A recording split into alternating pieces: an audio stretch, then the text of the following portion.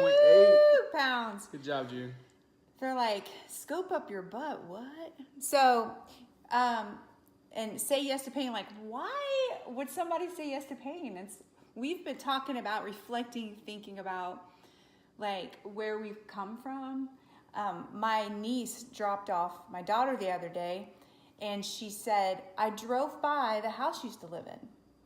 Like when we very first got married on Maple Crest Drive, that was like $659 a month mortgage. Yep. And she's like, I drove by that because this is the first time she'd ever come here. And it was so funny because it's like, yeah, I drive by there a lot.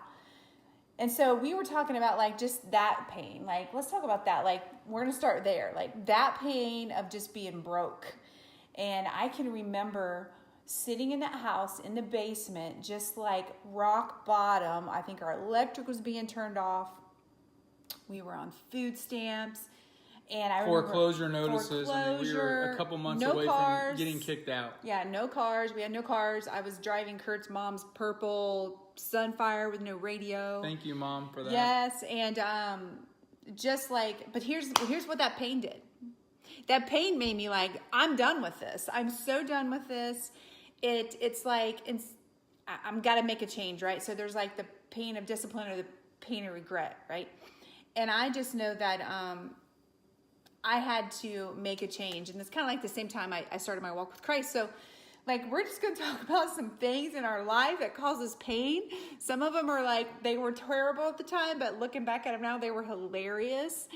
Like, let's start with the time, like I don't remember a lot of these. So when I was little, my siblings stuck me and my sister in the dryer and turned it on. Like, we were like 4 and 3 or something like that. Like, my mom didn't find out for 10 years later. Like, I'm sure that was painful. I think they must have threatened us, which is why we didn't tell our mom, but my mom found out 10 years later. So there was that pain for me. And then there was the pain of like childbirth, giving birth to 4 kids. And I had one of them natural. That's the dumbest thing I ever did.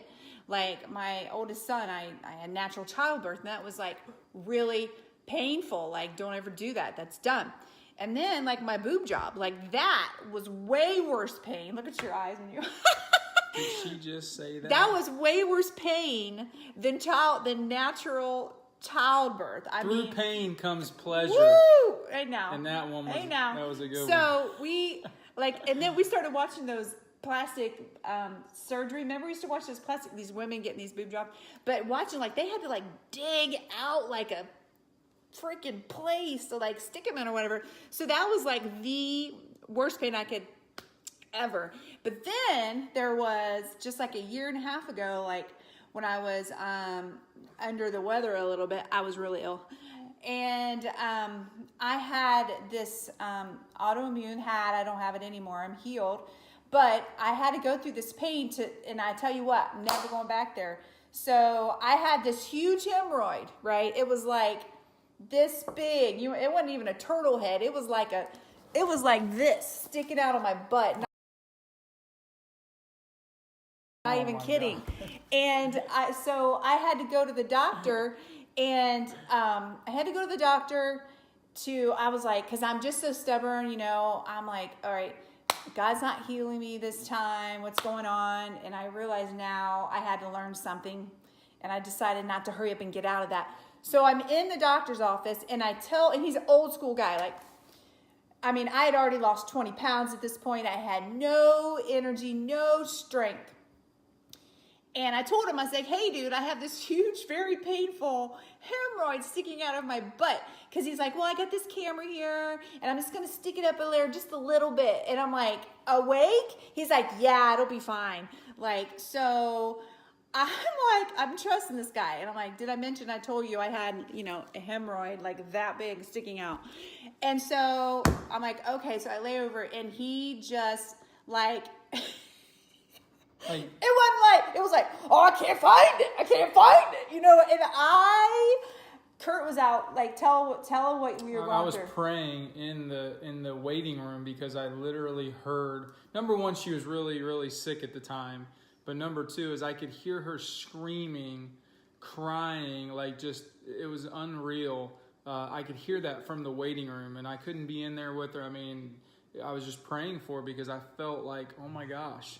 Like, this isn't, like, what are they doing? I knew what they were doing, and just, oh my gosh. I'd like to spit beech nut in that dude's eye, like, for real. Like, and so, like, that, but then here's, like, what am I learning from that?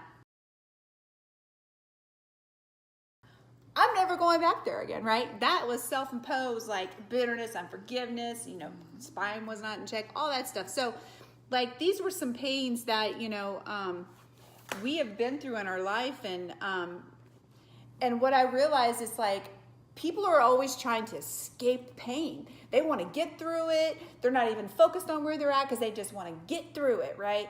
But here's the deal. It's who you become in the journey, right? So, honey, just share a little bit, like, a couple of, like, you snapped your femur in half. Remember that? Yeah. Yeah, that hurt. When I was 21, broke my femur in half. That was no fun.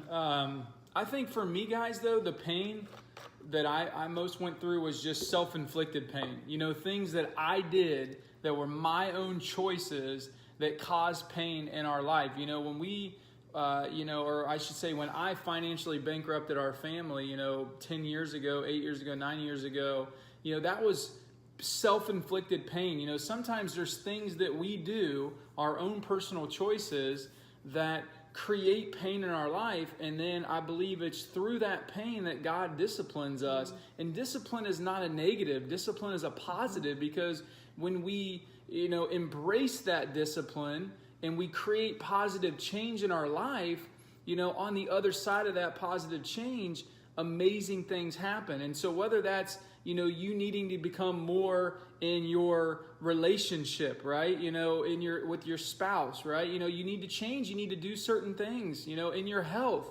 If you're unhealthy and, you go to the doctor and they give you a bad report, that's just, a report for where you're at today and the decisions that you have made to get you to that. That doesn't create your future. The best way to predict your future is to create it, right? So now you say, okay, well, here's just kind of some information. All right, I've got some pain going on here. Okay, it could be pain in your finances or whatever. Now, what do I need to do to change it? Okay, and the key is, and this is what Rachel's talking about, is that we don't go through things, we grow through things. So embrace the pain, embrace the change, knowing that on the other side of it, oh my gosh, I now look at our life today, our marriage today, our finances, our health, everything, and say, I'm so thankful that, life is happening for me, not to me, and that we were able to grow through these things and become who we are today. It's powerful. I think a lot is our response reveals our faith, right? And when we kind of like tweak our perspective, it can keep us positive, right? When you're going through it. Because I remember like sitting, there was this round chair that sat right by the window in that time that I was down for the count, and I would just, that was my chair. It was looking out the window, and I sat there every day, even slept there some days. When my friends came to see me, I was like in that chair. I remember my friend Lita, like she had seen me in a couple weeks apparently. She walked in, she's like me a lot. She's like freaking me out, man, because I was just like Skeletor. and I'm just, I was just sitting there like waiting, instead of just focusing on, what am I supposed to learn here? So, friends, today we really wanted to cover that. Like, don't try to get out of your pain. Pain has a purpose. It talks about that in the book that we read, the Bible, that talks about perseverance and it builds character, and it's like who you become once you get through that pain. So don't be a wussy, and try to get out of the pain or complain about the pain. You complain, you remain, right? That's not just a cliche. Like, that is actually true, Yep. And it's like you have to actually just kind of embrace the pain. Don't grumble or protest. You can grumble or protest, or you can develop grit and grace and like realize that, man, I'm going to be so much better. Like it's sharp. It's like a refining process, right? Absolutely. It's almost like pruning and disciplining. So it's how a diamond's made, guys. It is how a beautiful diamond, if you're a woman, you have a beautiful diamond on your finger. Think about the process that diamond had to go through to become, going from a piece of, just rock, coal, whatever, to becoming this beautiful thing. That's the seed that we all have in us. But it's our choice whether we decide that we want to develop and nurture that seed every single day and be willing to go through the things that you have to go through to grow into the person that you ultimately want to be. Yeah, so if somebody wants to stick a camera up your butt, awake, just grit your teeth and get through. But I wouldn't recommend it. Awesome. Say yes to pain, friends. We love you. See you tomorrow. See you Share guys. this video.